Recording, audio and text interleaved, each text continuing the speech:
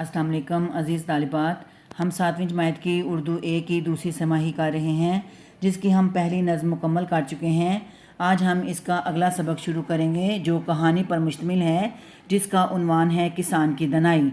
आज हम इसकी पढ़ाई और इसके मुश्किल अल्फाज के मानी सीखेंगे। तो आइए आज का लेक्चर शुरू करते हैं। किसान की दनाई। दनाई का मतलब लिखिए अक्लमंदी। पुराने वक्तों की बात है, किसी मुल्क पर एक रहमदिल बादशाह हुकूमत करता था। वक्तों ज़माने, रहमदिल मेहरबान। वो अपनी रियाया का बहुत ख्याल रखता था, उसकी रियाया उससे बहुत खुश थी। रियाया लोग। बादशाह कभी कभी अपने महल से बाहर निकलता, वो आम लोगों से मिलता जुलता, उनसे बातें करता और उनके हालात दरियाफ्त करता। एक दिन बादशाह किसी गांव की तरफ निकल गया, उसे एक किसान नज़र आया। वो अपने खेत में काम कर रहा था। बादशाह ने किसान को सलाम किया। किसान बादशाह सलामत को अपने रूबरू देखकर बेहद खुश हुआ। रूबरू सामने। बादशाह ने किसान से पूछा, तुम इस खेत से कितना कमा लेते हो? किसान ने अदब से जवाब दिया, बादशाह सलामत, यूँ समझ लीजिए रोज़ का 1 रुपया कमा लेता हूँ। बादशाह ने पूछा, तुम इस 1 रुपये का क्या करते हो? किसान ने अर्ज़ किया, आलीजा, इस रुपये से 4 आने तो मैं खा लेता हूँ, 4 आने कर्ज़ उतारता हूँ, 4 आने कर्ज़ देता हूँ और बाकी बचे 4 आने उन्हें कुएं में फेंक देता हूँ। आलीजा बादशाह, 4 आने 4 पैसे। बादशाह ने कहा, मेरी समझ में तुम्हारी बात नहीं आई, मुझे इसका मतलब समझाओ। अगला सफ़ा देखिए। किसान ने हाथ जोड़कर अर्ज़ की कहा, हजूर, 4 आने खाने का मतलब ये है कि मैंने खुद पर और अपनी बीवी पर खर्च करता हूँ। 4 आने कर्ज़ उतारने का मतलब है कि उन्हें अपने वालिदैन पर खर्च करता हूँ। मेरे माँ बाप ने मुझे पालने पोसने पर जो मुसीबत उठाई थी और जो खर्च किया था वो मुझ पर कर्ज़ है।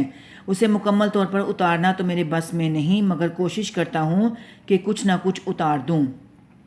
पालने पोसने, परवरिश करने। 4 आने कर्ज़ देने का मतलब है कि उन्हें अपने बच्चों पर खर्च करता हूँ कि जब मैं बूढ़ा और कमज़ोर हो जाऊँ तो मेरी औलाद मेरी देखभाल और ख़िदमत करे। रहे वो 4 आने जो कुएं में डालता हूँ तो इसका मतलब ये है कि मैं उन्हें अल्लाह ताला के रास्ते में खर्च करता हूँ। उससे किसी गरीब और हक़दार की मदद कर देता हूँ। हक़दार, मुस्तहिक। बादशाह ने किसान की ये बातें सुनी तो उसे बहुत खुशी हुई। उसने किसान को इनाम दिया और कहा, जब तक तुम मेरा मुंह 100 बार ना देख लो और इस बात का जिक्र किसी से ना करना। किसान ने वादा कर लिया। बादशाह अपने घोड़े पर सवार होकर वापस अपने महल में चला गया। अगले रोज़ बादशाह का दरबार लगा। तमाम वज़ीर, मशीर और दरबारी मौजूद थे। मशीर, मशवरा देने वाले। बादशाह ने किसान की बात दरबार में मौजूद तमाम अफराद को बताकर इसका मतलब पूछा। सब दांतों में उंगली दाबे खामोश खड़े थे।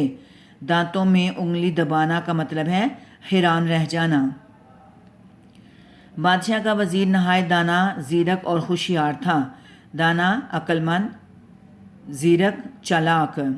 उसने बादशाह से जवाब देने के लिए 1 रोज़ की मोहलत ली, वक्त मांगा।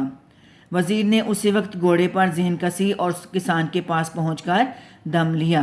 ज़हन कसना, घोड़े पर काठी डालना यानी चलने की तैयारी करना। दम लेना, सांस लेना।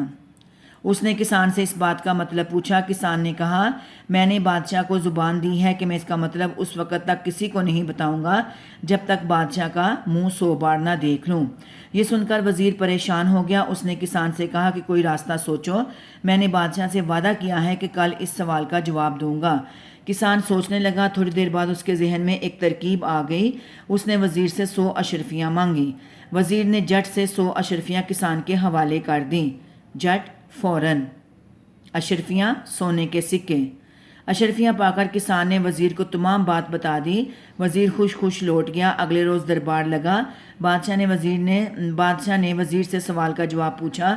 वज़ीर ने किसान से पूछी गई बात हर्फ ब हर्फ बता दी। हर्फ ब हर्फ, एक हर्फ।